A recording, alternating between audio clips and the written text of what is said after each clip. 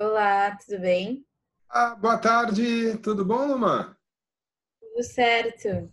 Que bom que tu tá bem. Eu já ia perguntar do áudio como é que tá, já vi que tá bom. Obrigado, querido. A imagem tá legal aí? Tá ótimo. Beleza, estou me mexendo, vídeo funcionando, tudo? Sim, sim, tudo Que certo. legal, ótimo. Está entrando todo mundo, já vamos começar a nossa festa.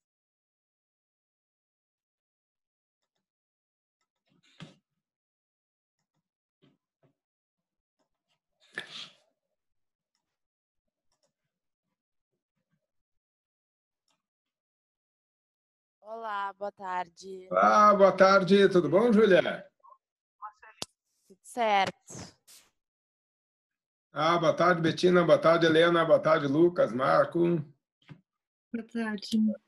Oi, boa tarde. Boa tarde. Wellington, já admiti, Arthur, admiti.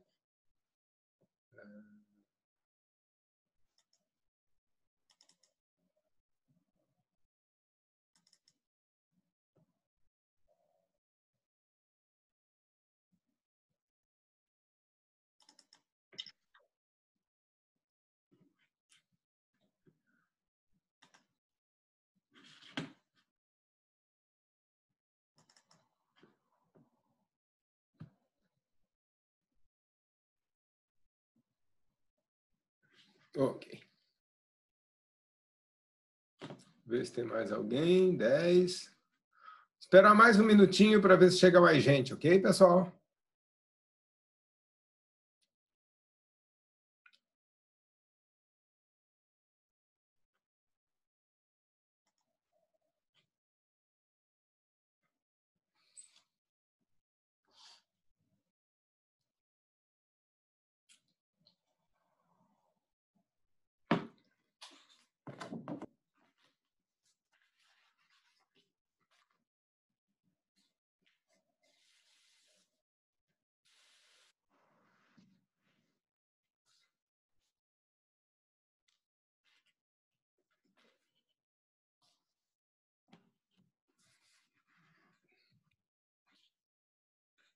Tá boa, Luz, eu acho.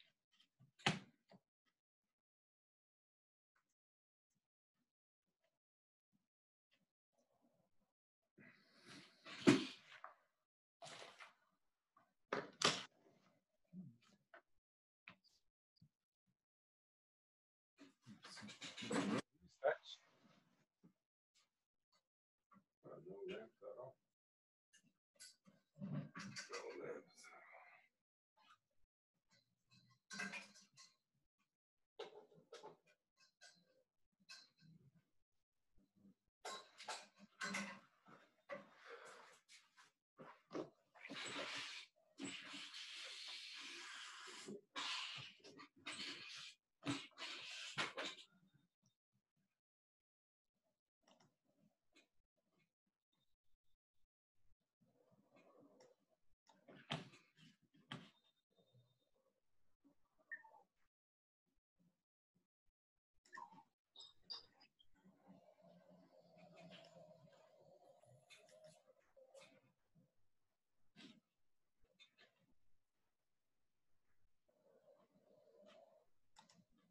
Ué, ué, cadê a reunião? Tá aqui.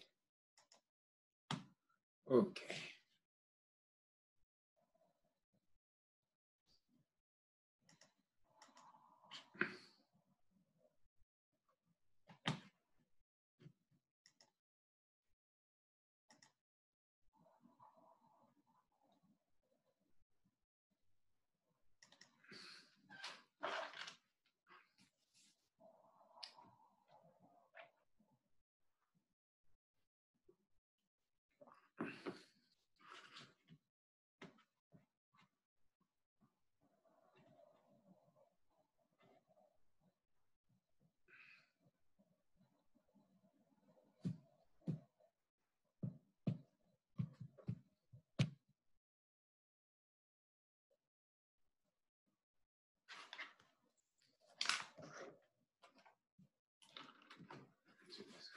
Tá mais.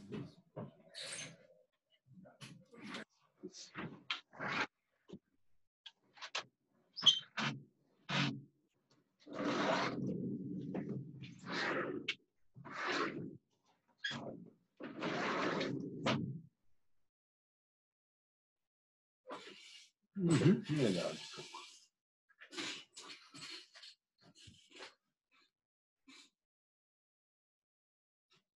Opa, recording, né?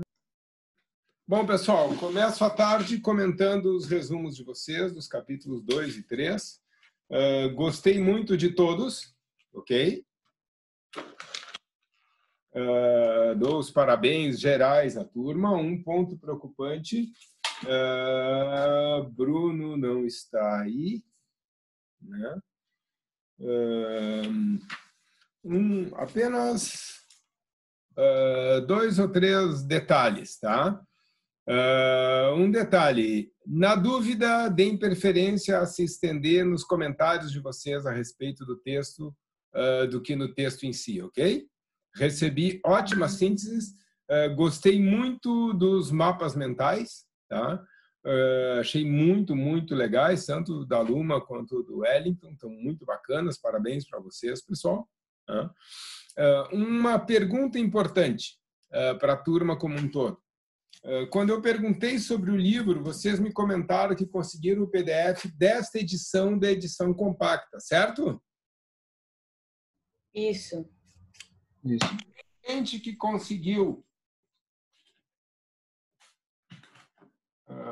Só um minuto. Tem gente que conseguiu a edição grande?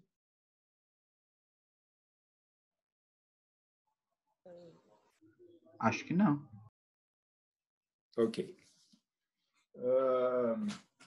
Algumas pessoas fizeram referências a alguns conteúdos que estão na edição grande, mas que não estão na compacta. É isso que eu queria mais ou menos checar como é que está fluindo, assim, para poder ver como é que avança. Vamos lá, na semana passada, os resumos no geral muito bons, os pontos que vocês mais colocaram estão muito bacanas, né? Vamos conversar um pouco, se vocês observarem, vários desses pontos podem ser vistos na história da Ford e da GM, se vocês lembrarem, certo? E vamos dar uma olhada nesses pontos de conexão e contato hoje entre as histórias que a gente ouviu e os textos que a gente está lendo. Tá? Primeira pergunta fundamental. Que pontos chamaram mais a atenção de vocês no texto?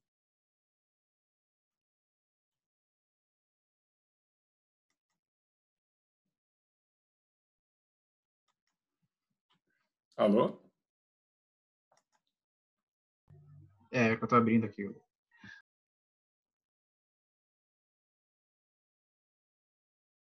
Nesses capítulos que a gente fez o resumo? Esses 2 e 3, que pontos mais chamam a atenção de vocês para a gente iniciar a nossa conversa a respeito?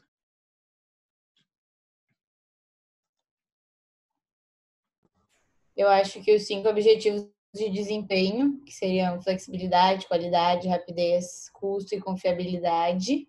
Uhum.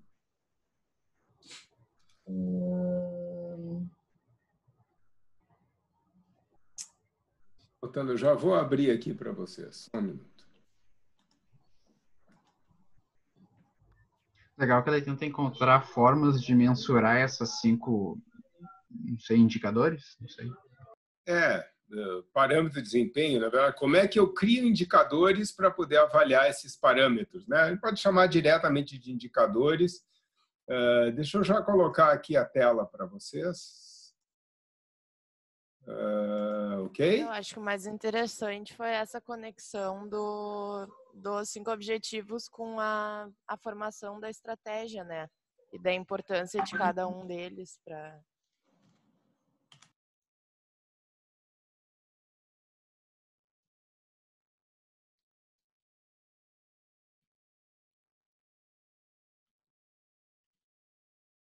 Muito interessantes, né? A importância relativa de cada um, como é que cada um compõe a estratégia, né, Lu?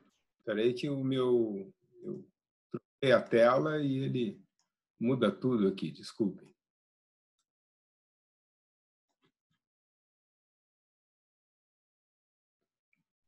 Não o chat agora, o chat.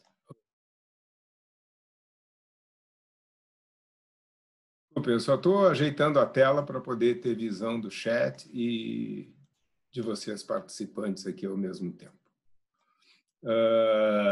Sim, né? Como é que esses objetivos formam a estratégia? Vamos colocar aqui, como você comentou, Luma. Então, esses objetivos: custo, velocidade, confiabilidade, qualidade, flexibilidade.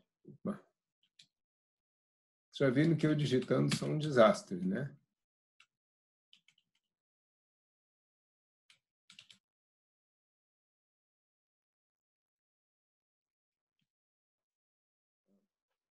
Como é que a gente mede isso, né? Como é que eu vou chegar em medições desses números, né, para avaliar se eu estou bem ou mal, se minhas ações estão na direção esperada, como é que eu meço e como é que eles formam a estratégia? Pergunta muito interessante.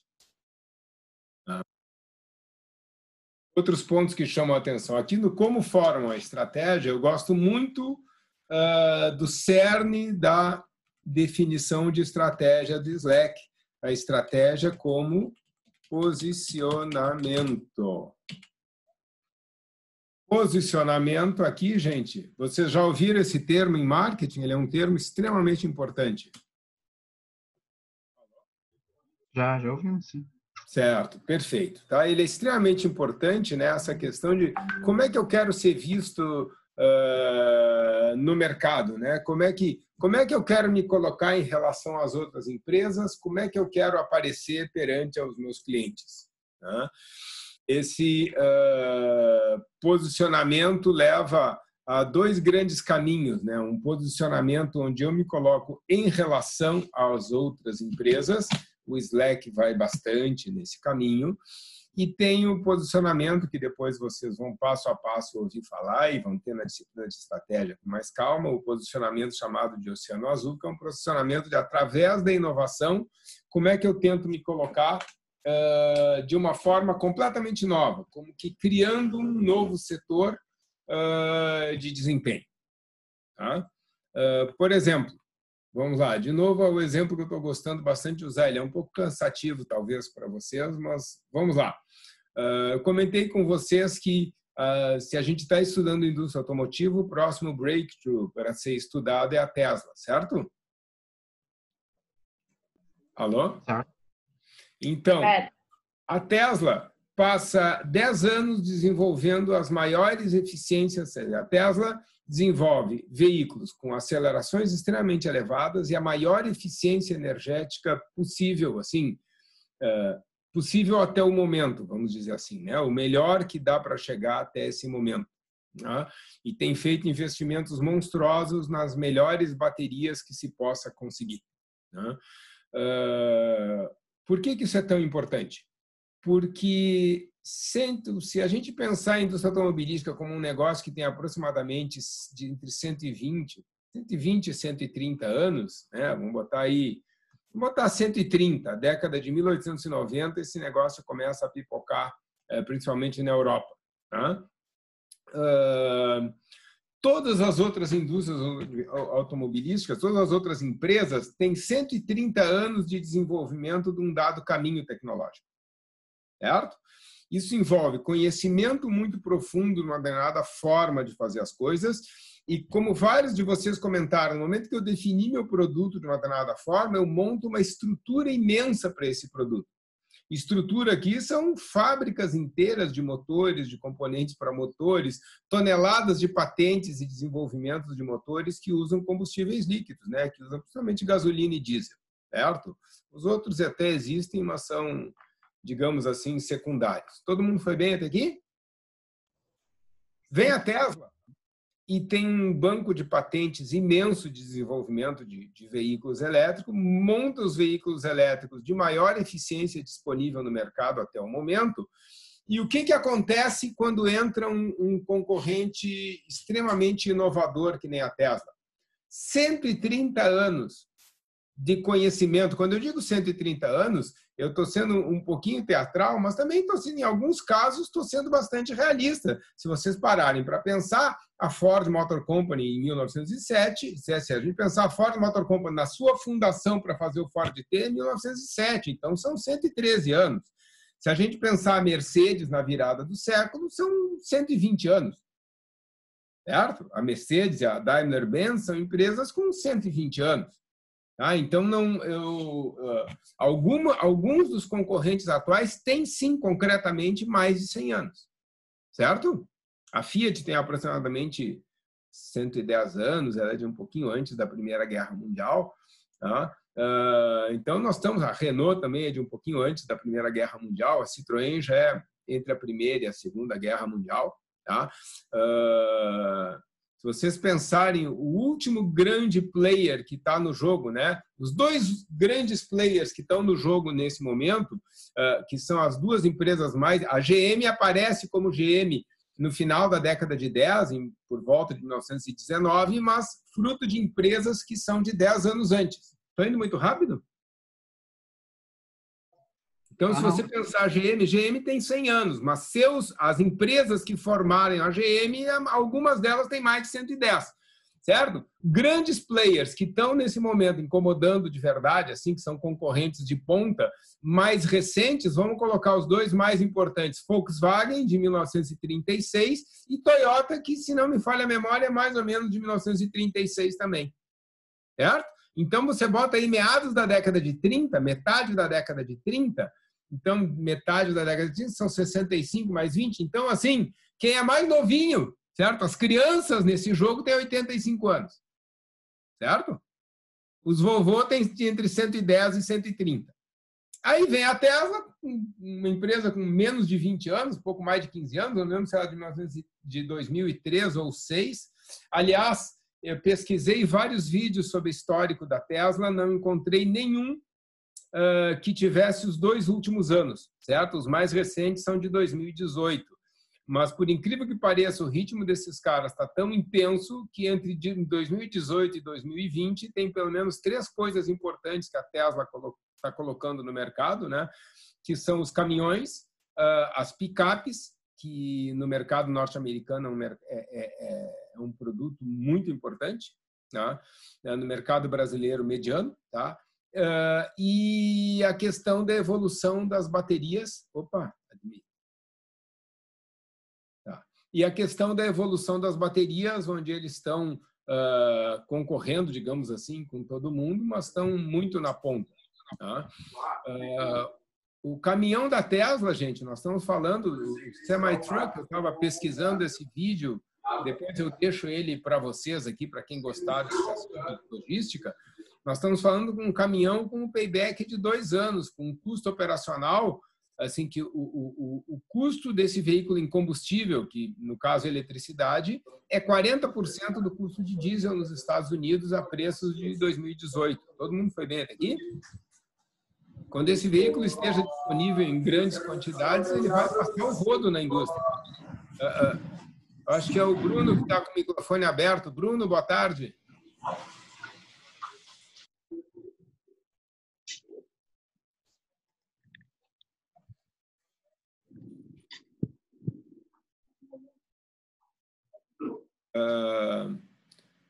Então, assim, vocês veem ali essa questão de posicionamento. É muito interessante observar assim que a Tesla, ao se posicionar como uma empresa inovadora, lançando um setor novo, na verdade, relançando um setor que foi importante na primeira década do século XX, depois praticamente morreu. Na primeira década do século XX, os carros elétricos eram competitivos com os motores a gasolina, com os carros a gasolina. Depois, o motor a gasolina dispara em evolução, os carros elétricos ficam parados e somem do mercado, viram um produto secundário de luxo para começar a ensaiar renascer nos anos 90 sem muito sucesso, e agora já está evidente para todo mundo que o futuro está ali. Qual é a consequência disso? A Tesla, que é um newcomer nesse negócio, né, é recém-chegada nesse mercado, com um faturamento mínimo, certo? Consegue bater de frente, consegue ter uma valorização de mercado semelhante à GM, que é um império industrial monstruoso. É uma coisa, se vocês pegarem valor de mercado como o valor da ação vezes número de ações disponíveis para venda, a valorização da Tesla é um absurdo nesse momento. Ela tem valor de mercado praticamente equivalente à General Motors. Por quê? como vocês estão aprendendo em finanças, em ações, o preço da ação não reflete o valor atual de uma empresa, ele reflete principalmente uma boa parte do seu valor são as expectativas futuras de resultados da empresa. Então, o mercado como um todo está reconhecendo ali uma inovação muito grande.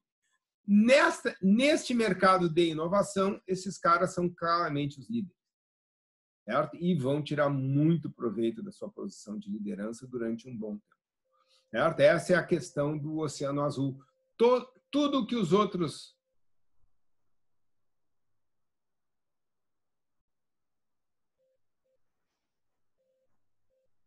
Certo? Alô? Estou aguardando o Gabriel. Gabriel, boa tarde. Tá. Então, boa tarde, qual é o significado de Oceano Azul no posicionamento da Tesla? A Tesla tem os carros elétricos mais caros do mercado e não dá conta da demanda. Ponto. Certo? Ok, Júlia, vamos lá de novo. Então, o que eu estava comentando do Oceano Azul, o posicionamento da Tesla de querer ter os carros elétricos de melhor desempenho, 15 anos de desenvolvimento de patentes, 15 anos de violento desenvolvimento de software para aumento da eficiência energética do veículo. Então, os carros elétricos hoje em dia ganham eficiência via hardware, né, e via software. Tá? O gerenciamento de baterias, o gerenciamento de frenagem são extremamente importantes para isso. Ok? Estou indo muito rápido? Esses caras têm absoluta liderança tecnológica no mercado com relação a esses itens agora. Por que eficiência é tão importante? Porque eficiência determina quantos quilômetros tu roda com uma carga da bateria. O carro mais eficiente roda mais quilômetros com a mesma carga de bateria. É isso que está se discutindo. Certo? Quando discute eficiência, que nem quando a gente discute preço, a gente está discutindo custo. Num automóvel, discutir eficiência significa discutir custo de combustível e no carro elétrico, um segundo elemento que é range, né?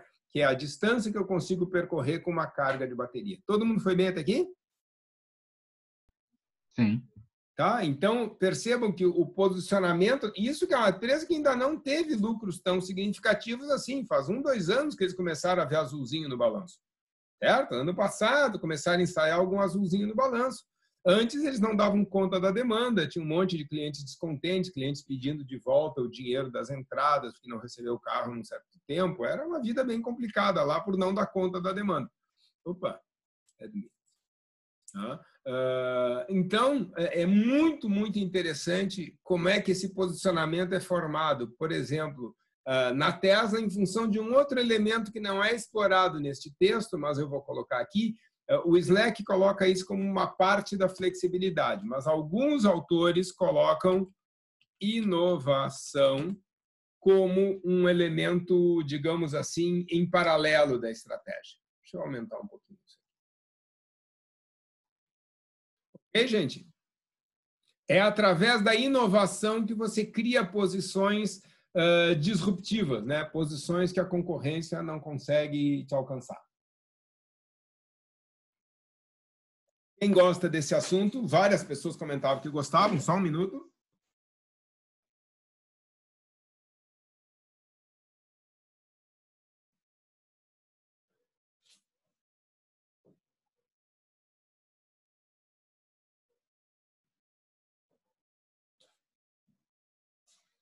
O livro para discutir isso é este aqui.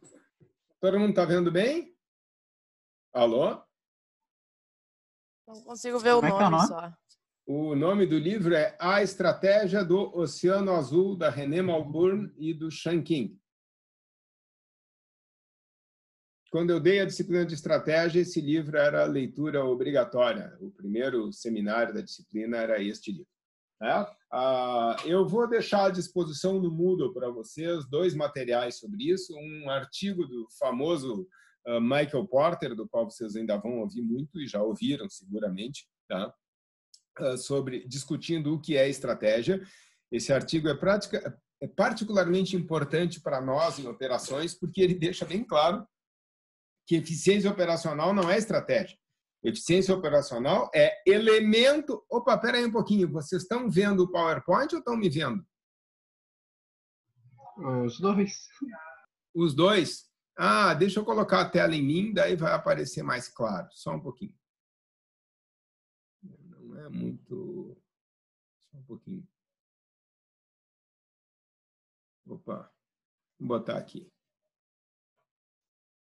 Ok? Estão me vendo agora? Ok? Estão me vendo em tela grande aí? Não, ainda está na tua tela. Ainda está na tela do PowerPoint? Tá no Zoom agora, mas Ah, ainda está tá no Zoom? Então compartilhado. tá. Então agora dá para ver melhor? Não, Chicão. Ainda tá no teu compartilhamento. No meu compartilhamento. Tá no site do Zoom. Está no site do Zoom? Estamos mal na foto. Espera aí um pouquinho. Screen 1, Screen 2. Deveria ser essa aqui.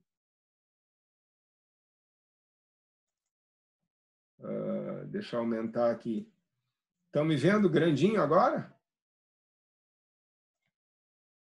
Alô? Ainda não. É que tem que cancelar Oi, gente, se vocês clicarem na foto do Thor e colocar para fixar, Vamos lá. a gente ainda fica melhorzinho. Eu acho que Ah, é verdade. É verdade. Desculpe, você vai ter que repetir, distorceu muito o som, eu não consegui ouvir. É que tem que colocar para fixar a imagem de teaser, daí a gente consegue te ver grande. Fixar a imagem.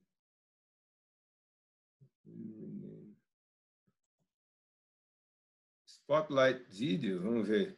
Isso aqui? Não, senhor, a gente tem que tipo fazer isso. Ah, vocês têm que fazer isso? Então tá, era só para poderem ver a capa do livro. Agora eu estou conseguindo ver. Estou conseguindo ler aqui espelhado, mas estou. Estão vendo aqui? Agora eu tô. Então tá, impossível exagerar para vocês o quanto este livro é importante nesse assunto. Eu vou deixar à disposição para vocês como leituras opcionais, tá? Quem gostou do tema, várias pessoas relataram que gostavam. Deixo 2 teasers adicionais para vocês se divertirem, certo?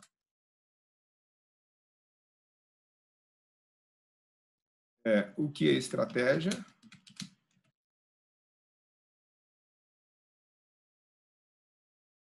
Estratégia do Michael Porter. Só que a gente ainda tá vendo o site do Zoom. Ah, sim. Eu vou colocar aqui, vou agora mudar para o PowerPoint aqui. Vamos lá. Apareceu o PowerPoint agora? Sim. Sim, Beleza. sim. Deixa eu conseguir ver todo mundo aqui. Agora eu também, senão eu perco a orientação de quem está falando. Tá. Então, leituras anais, o que é a estratégia do Michael Porter e um resumo do Oceano Azul. Um resumo do Oceano Azul. No final da aula, eu estou colocando aqui também para lembrete meu, que no final da aula eu me comprometo a deixar à disposição. Vou deixar no Moodle e mando aqui pelo WhatsApp para vocês também. Ok? E aí, quem gostou desse assunto pode dar uma olhada nesses 2 textos.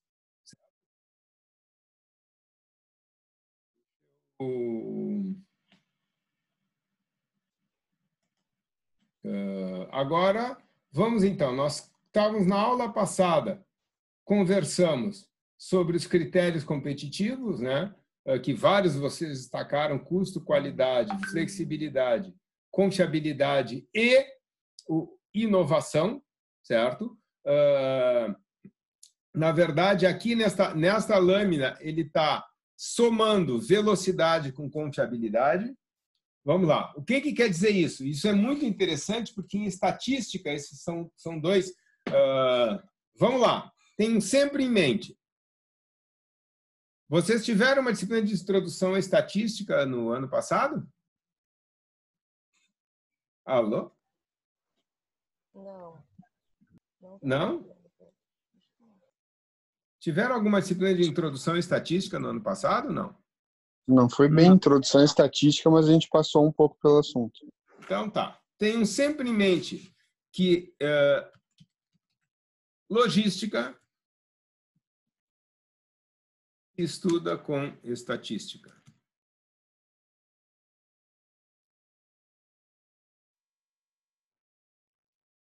Então, o que o Slack está trabalhando quando ele separa velocidade de confiabilidade, velocidade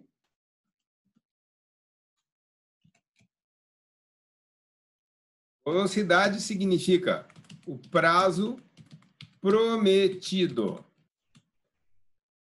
Confiabilidade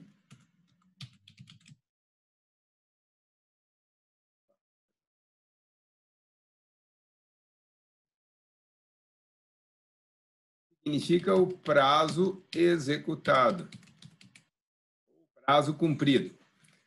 O prazo prometido pode ser grosseiramente comparado à tua média. A confiabilidade, essa claramente é o teu desvio. Ok?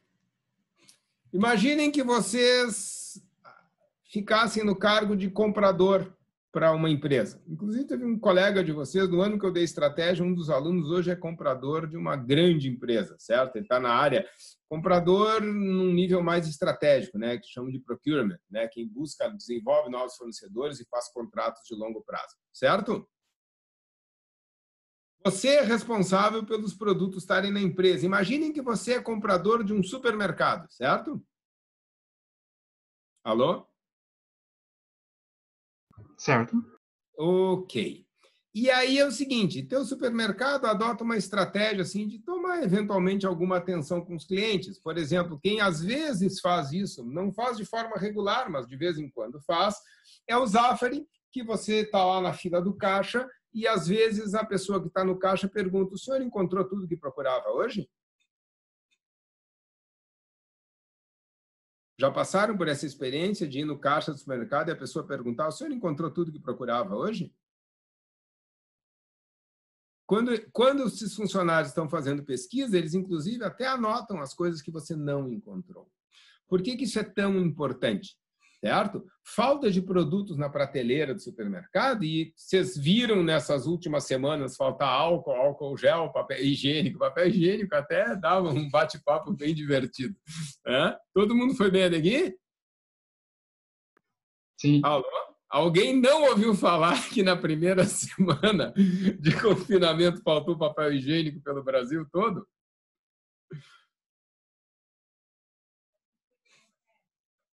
A gente tem que rir disso. Se levar a sério, você... Alô? Câmbio? Alô? Ok. Então é o seguinte, para um supermercado, a falta, mesmo que seja numa situação de demanda de pico, de um problema que é claramente um problema psicológico, de como é que nós humanos reagimos a situações de emergência. Tá? Não, eu não comprei tonelada de papel higiênico lá para casa, mas eu tento me colocar na posição de quem no desespero comprou, certo? Então faltaram itens que nunca faltariam, né? Álcool gel disparou a demanda, álcool disparou a demanda, papel higiênico disparou a demanda, outros itens a demanda também disparou, mas já está normalizada. Tá? E aí o que acontece? Para o supermercado isso é problema duas vezes, certo? Um cliente entra no supermercado e não encontra papel higiênico. Quais são os dois problemas que vêm da falta de um item na ponta? Na ponta quer dizer lá no ponto de venda, certo? Alô?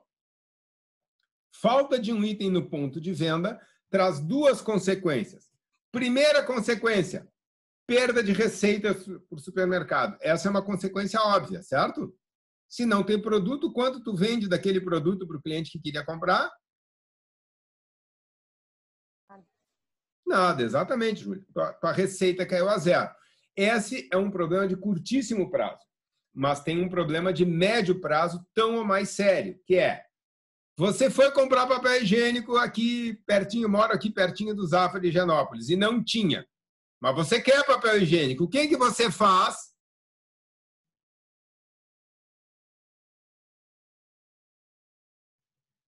Você vai ao supermercado e não tem papel higiênico. Você diz em casa que todo mundo tem que se apertar por uns dias até voltar, ou você toma aqui providência? Vai em outro outro lugar para comprar. Exatamente, Júlia. Obrigado, eu vou em outro lugar para comprar. Eu atravesso a rua, por exemplo, eu usei o Zafari de Higienópolis porque quase literalmente atravessando a rua, na verdade, duas quadras mais abaixo, tem um grande supermercado que hoje tem a bandeira Assum. Não tem no Zafari, vou no Assum, certo? O Assum é na rua da minha casa. Não, que legal, bem pertinho. A escola da minha filha é na rua de cima, né? Ali na rua da praça. Então, olha só, Júlia. Aí eu vou no Assum. E digamos que eu sempre ia no Zafari, mas fui no Assum e terminei gostando do Assum. Achei que os preços eram melhores, ou que a loja, por algum motivo, era mais agradável, ou que tinha alguns produtos que eu não tinha. E eu passo a ir regularmente no Assum. Todo mundo foi bem até aqui? O risco de longo prazo é que os clientes comecem a analisar outras opções como boas opções. Vamos lá para o nível macro. Nesse momento, há um nível bastante elevado em diversos países e eu acho lamentável que o Brasil não esteja aprofundando esse debate, porque é um debate importantíssimo enquanto debate nacional. Um monte de gente está discutindo uma coisa óbvia, que é a dependência da China em cadeias produtivas. Certo? O quanto eu dependo da China numa cadeia produtiva. Em situações de emergência, certo? Em situações normais, todo mundo acha lindo globalizar e comprar do mais barato. Mas em situações de emergência, certo? Quanto mais você tiver uma cadeia produtiva interna, mais seguro você está. Todo mundo consegue me acompanhar nisso? Sim, tranquilo. Certo? Eu comentei com vocês, certo? A guerra no Pacífico entre os Estados Unidos e o Japão foi uma guerra declarada. Sim, esse troço já vinha. Nós vamos estudar no PA4 um pouquinho disso, porque é muito importante para entender o papel da Toyota. Né? Como eu comentei com vocês, a Volkswagen e a Toyota são os dois maiores players nesse momento, as duas maiores produtoras de automóveis nesse momento, são players surgidos no contexto pré-Segunda Guerra Mundial. Né? A Volkswagen como uma empresa nacional alemã, inicialmente, e a Toyota como uma empresa privada japonesa, mas que terminou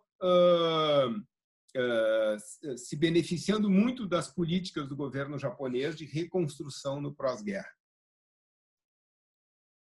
Então é o seguinte, cara, pega o Japão, uma ilhota, sem recurso natural nenhum, o maior desafio dos japoneses durante a guerra vocês sabem quanto é que se produz de minério de ferro no Japão? Vamos ver se alguém adivinha o número. Dá para acertar um número com 2 casas de precisão.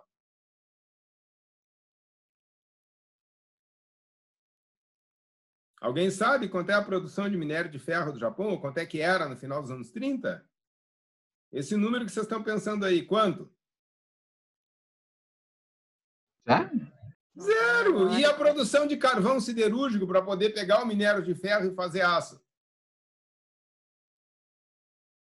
Vamos ver se alguém acerta o número.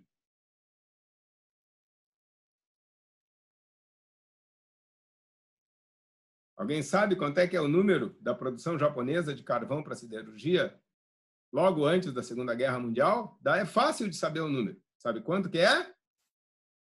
Vamos ver se alguém adivinha. Também dá para acertar com 2 casas decimais.